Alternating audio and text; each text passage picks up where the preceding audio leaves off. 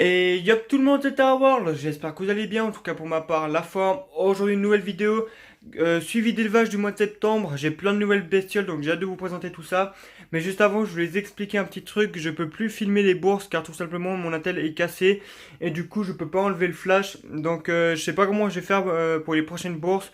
Je vais essayer de trouver une astuce mais pour l'instant c'est un peu la galère donc je m'excuse un peu, je m'excuse même beaucoup pour n'avoir pas pu filmer la bourse précédente, donc celle-ci de la semaine passée, du 8 septembre. Parce que oui, j'y étais, j'ai acheté plein de nouveaux trucs. Donc on va tout de suite commencer. Donc là, on a tout ce qui est araignée. Donc là, j'ai toujours mes Philippus Regius adultes, le couple. Donc ma femelle, je l'ai fait féconder 2 fois. Donc je pense qu'elle va pas tarder à pondre un cocon. D'ici 2 semaines, il y aura le cocon. Et les œufs vont éclore d'ici 3 semaines. Donc dans un mois et 3 semaines, j'aurai plein de petits. Donc j'ai hâte de voir ça. Ici, donc tout ce qui est araignée. Donc là, j'ai les araignées de Madagascar, les Peucetia lucasi. Donc voilà. Donc magnifique araignée avec de très très belles couleurs, hein. Donc elles sont vertes avec des pattes rouges flammes. Donc c'est vraiment magnifique. Une espèce que j'aime beaucoup. Qui est aussi d'après l'éleveur très simple d'élevage. Donc j'espère pouvoir réussir. Et j'ai acheté une nouvelle espèce de Philippus. C'est des Philippus otiosus. Donc là on a le mâle. Donc c'est une espèce qui devient un peu plus petite que la Philippus regius mais qui est aussi très jolie. Et d'après l'éleveur aussi très simple d'élevage. Donc je pense que je vais réussir, en tout cas je l'espère. Donc là elles sont encore petites, elles ont encore quelques mues à faire. Et ensuite ici la petite Eresus mâle. Donc j'essaie de mieux vous la montrer. Très jolie araignée, hein. Vraiment très très belle araignée. Juste dommage qu'il faut les faire hiberner pour la reproduction. Mais je pense qu'une fois j'ai testé, hein, bien sûr. Voilà. Donc ça c'était pour tout ce qui est araignée. À côté on a une espèce de phasme bâton. C'est une espèce qui est assez basique, hein, assez connue, c'est le phasme bâton cornu du Vietnam. Mais j'ai eu la chance d'avoir un mâle. Il faut savoir que dans cette espèce les mâles sont assez rares à trouver, donc il est juste là. Le mâle est vraiment magnifique, il est brun mat, donc vraiment très très joli. Il est aussi très fin, hein, ça il faut savoir, donc assez fragile. Et là j'ai la femelle, donc elle me pond plein d'œufs, je suis vraiment content. Donc le mâle est vraiment trop cool, sachant qu'en plus il est quand même assez rare à trouver dans cette espèce. Et la femelle qui est juste là, vraiment magnifique espèce, en tout cas je l'aime bien. Ici le Vaijovi spinigerus, donc je crois que le vrai nom scientifique c'est Paravaijovi spinigerus, mais c'est la même chose, hein, ça dérange pas trop. Donc magnifique scorpion.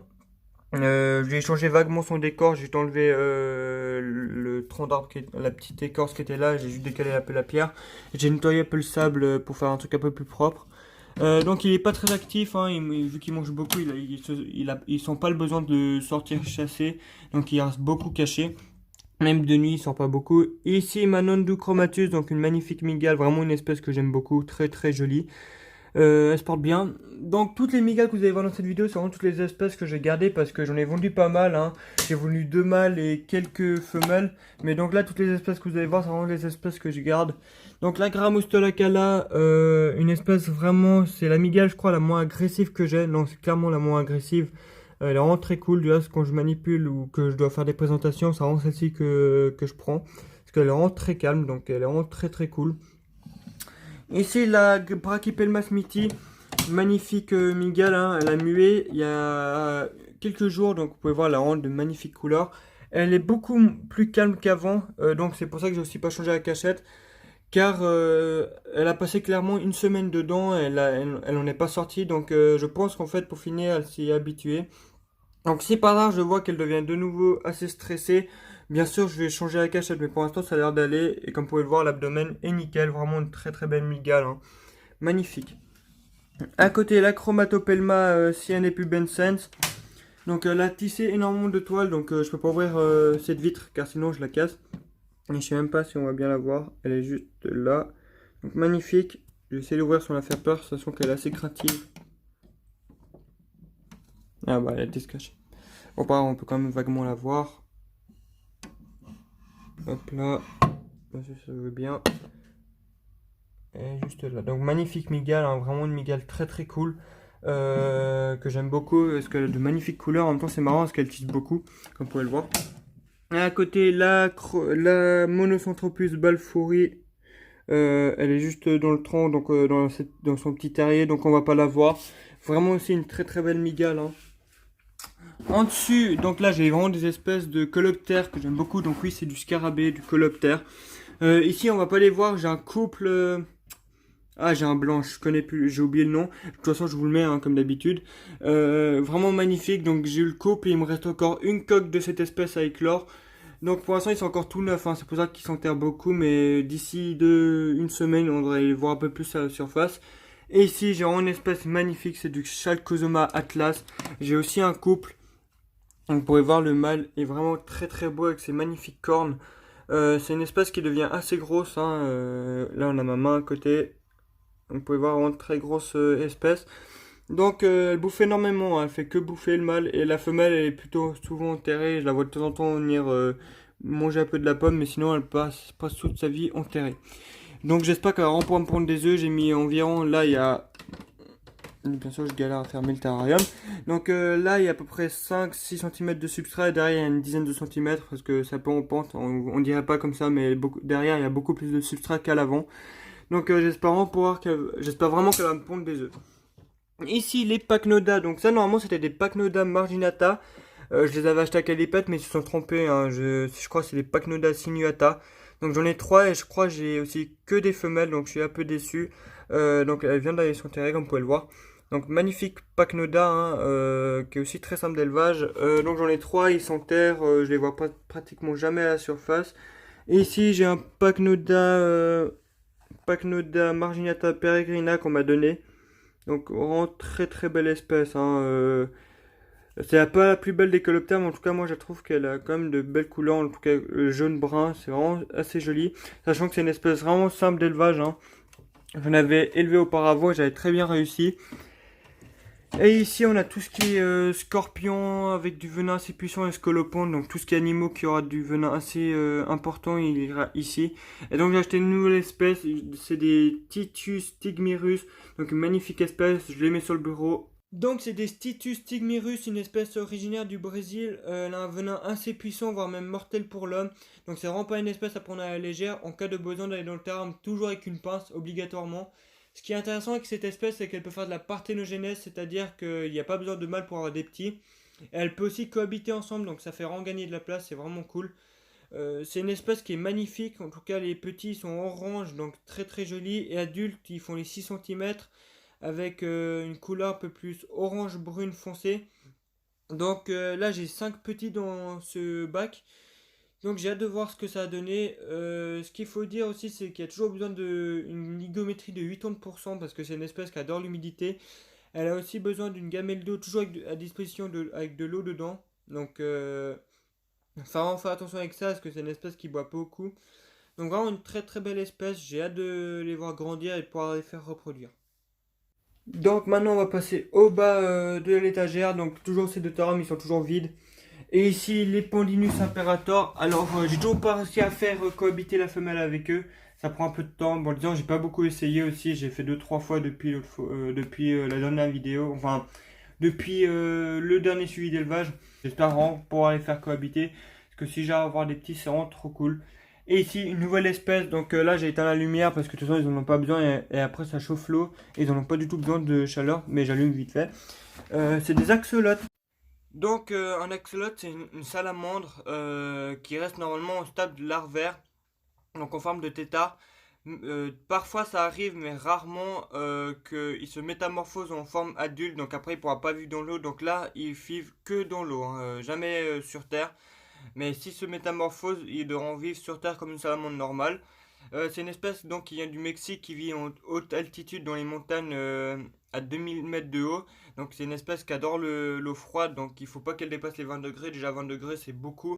Pour ma part là, l'eau est entre 17 et 20 degrés. J'essaie de la tenir plutôt sur le coup des 17 avec des bouteilles d'eau froide. Du coup, par la suite, j'essaie de trouver un plus grand aquarium parce que là, c'est pas leur aquarium définitif. J'en recherche un de 90 de long. Et je vais aussi leur mettre un décor avec du sable et des plantes. Je les ai achetés à la bourse de Belfaux. La personne qui me les a vendus, je pense honnêtement, il m'a dit à peu près n'importe quoi. Parce qu'il m'a dit qu'il n'y a pas besoin de filtre, c'était vraiment simple. Mais j'ai fait des recherches et franchement, c'est un peu galère. Du coup, j'espère qu'on pourra leur faire un truc meilleur, hein. Ici, les serpents. Alors, on a l'Ampropeltis, du coup, il est caché, il est assez fatigué. Il l'a mué avant-hier. Il rend de magnifiques couleurs. Très très joli, il grandit de plus en plus, c'est vraiment cool. Et ici, on a l'Apanthérophis mâle. Donc, pour regarder, elle se balade. Vraiment très beau. Il est aussi énorme, hein, j'ai remarqué qu'il fait tout facile toute la longueur du terrain, voire à quelques centimètres en plus. Donc, il est vraiment très beau. Magnifique serpent. Et ici, les Aratons Asperimus. Alors, j'ai plein de naissances. Ça grouille, j'en ai vraiment plein. J'en ai de plus en plus. Donc, qu'est-ce que... Ah oui, je voulais vous dire ça pour les Aratons. Je vais faire une pause. Je vais essayer de les vendre et après, je vais arrêter un peu les Aratons. Ne vous inquiétez pas, bien sûr, je vais la recommencer parce que c'est vraiment une espèce que j'aime. Mais disons, elle me donne un peu trop de travail avec tout ce que j'ai là. Et du coup, bah, je vais les vendre et je vais les recommencer un peu plus tard. Donc, je vais les vendre surtout pour gagner un peu d'argent de poche et m'acheter des espèces un peu plus intéressantes comme du Peruphasma ou du Philium. Et de toute façon, comme je vous ai dit, ne vous inquiétez pas, cette espèce, je vais la recommencer parce que de toute façon, elle est vraiment très cool. Ici, une nouvelle espèce, une espèce qui est vraiment cool à avoir, c'est du Phainopharos claiouensis. Donc, c'est des phasmes bâtons géants. C'est une espèce où il n'y a que des femelles, donc je vais essayer de vous en prendre une. Donc, c'est une espèce qui fait que de la parthénogenèse. Vous pouvez voir, elle est vraiment très grande hein, comme espèce. Elle fait facile plus de 25 cm avec les pattes. Donc, vraiment très très belle espèce. Hein. Qui est facile, donc c'est ça qui est intéressant. C'est une espèce qui devient assez grande et qui est très facile d'élevage. Donc, je suis vraiment content. C'est un monsieur qui me les a donné avec quelques coloptères. Donc, je suis vraiment content. Donc, s'il voit la vidéo, je le remercie énormément. Hein. Vraiment très belle espèce. Ici, on a tout ce qui est larves de coloptères et autres insectes. Donc là, on a toutes les larves. Donc là, on a du Gidéon. C'est un scarabée rhinoceros. Bon, pour l'instant, c'est une larve. Ici, on a toutes les larves des autres coloptères et les coques. Et donc là, on a toutes les espèces que je vais avoir plus tard. Ici, les Acatina. Donc, ils grandissent gentiment. Ils sont toujours petits. Ça prend du temps. C'est normal. C'est des escargots. Ici, les Anadenbolus, donc j'ai plus qu'une adulte. Un des deux est mort, je sais pas si c'était le mâle ou la femelle. Et mes petits grandissent très bien, hein. J'ai une petite dizaine de petits, donc je suis très content. Et ici, j'ai acheté une nouvelle espèce de blatte. C'est des... je sais pas le nom. C'est des blattes qui vont ressembler à des grosses feuilles. Donc c'est des Archimandrita tessellata. Donc là, c'est des petites, ça sert à rien que j'ouvre parce que de toute façon, on les voit pas trop, elles passent leur vie enterrées. Comme toute blatte, c'est nocturne, hein, normal. Du coup, c'est vraiment une espèce adulte qui devient magnifique. Je les ai achetés à la bourse de Belfaux. Donc vraiment très très belle espèce. Ici, j'ai tout ce qui est œufs de phasmes et d'insectes en général. Donc pour l'instant, il n'y a que des phasmes. Ici, c'est mon petit élevage de drosophiles. Donc pour les bébés araignées qui vont éclore. Donc je débute l'élevage de drosophiles. Donc j'ai mis quelques mouches dedans. Enfin le droso que j'ai pris dans les terrariums et ils m'ont produit plein d'œufs, donc je suis content, ça marche bien. Ici, bon, il n'y a rien d'intéressant. Les vers de farine, ils font plein de petits, donc je suis vraiment très content. Ça grouille de petits. Les larves grandissent bien. J'en ai déjà des très grosses et ils continuent à pondre, donc c'est vraiment cool. J'en ai plus d'une centaine, voire 200. Donc ça marche très bien. Ici, j'ai les bébés blattes dubia. Donc là, c'est tout ce que je mets les bébés. Et ici, j'ai mon Tokinobolus de fusil. Donc j'ai toujours la femelle qui est en vie. Toujours pas de naissance. Donc je crois que j'ai raté l'élevage. Enfin, pour les petits. Donc j'espère que je vais quand même pouvoir avoir quelques éclosions. Mais je pense que c'est raté. Ensuite, en haut, donc là, j'ai tous les bacs. Donc là, j'ai les Red Runner et les Blattes Dubia adultes. Et pour l'instant, c'est un qui est toujours vide. Donc les Blattes Dubia, vous les connaissez. De toute façon, je les ai déjà montré. Je vais pas spécialement vous les remontrer. Mais je vais vous remontrer les Red Runner. C'est des blattes qui viennent d'Afghanistan. C'est assez connu pour le nourrissage des reptiles et pour les mygales, tout ça. Parce que c'est assez prolifique. Le seul désavantage, c'est qu'il faut de la chaleur. Donc c'est juste ça le désavantage. Et c'est normalement assez prolifique. Donc voilà, vous pouvez voir plein de Red Runner. Donc je suis vraiment content. Voilà, donc les Red Runner, j'en ai acheté une soixantaine un peu, donc je pense que ça va le faire. J'ai déjà plein de tech. Donc là, j'ai créé une sorte d'incubateur avec un tapis chauffant et avec un peu d'humidité. Donc j'espère avoir des petits. Je pense que ça va marcher. Après, si ça marche vraiment pas, je vais vraiment m'acheter un incubateur, mais pour l'instant, j'ai pas les moyens. Donc j'ai mis un câble chauffant ici pour les chauffer et ça a l'air d'aller pour l'instant, donc je croise les doigts. Ici une nouvelle espèce aussi que j'avais jamais élevée, c'est des grenouilles, enfin des grenouilles plutôt des crapauds. On me les a donnés, donc si la personne voit la vidéo, je la remercie énormément. Donc c'est des crapauds qui viennent de Chine, un peu de Russie je crois, et un peu de partout, hein. Ça se trouve un peu partout, donc c'est vraiment trop cool. J'essaie d'en trouver un qu'on voit un peu mieux. D'habitude il y en a un qui est caché là-bas dessous, donc là il y est pas. Donc il y en a un là-bas derrière, je sais pas si on va bien le voir. Donc il est là, donc en total il y en a trois, ils sont dû un peu s'enterrer. Donc c'est vraiment cool, ça chante un peu la nuit, mais moi je pensais que ça faisait énormément de bruit, mais non, leur chant est assez sympathique, en plus c'est pas trop fort, donc c'est vraiment cool. Donc vraiment hyper cool à avoir. Ça aime un peu l'humidité, bien sûr, vu que c'est des crapauds, mais sinon il faut pas spécialement un terrain très compliqué. Ici cet arme, bah, j'ai refait le terrain des 1000 pattes géants, mais j'ai toujours pas de 1000 pattes.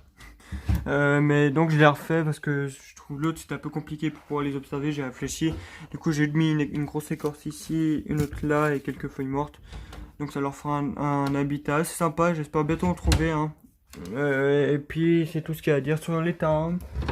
Ensuite,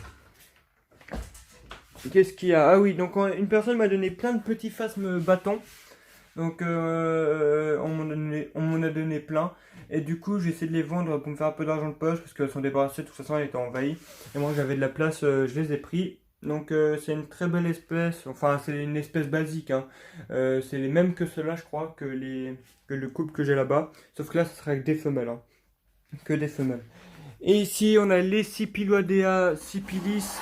Donc, ça se passe bien, ils me pondent énormément d'œufs.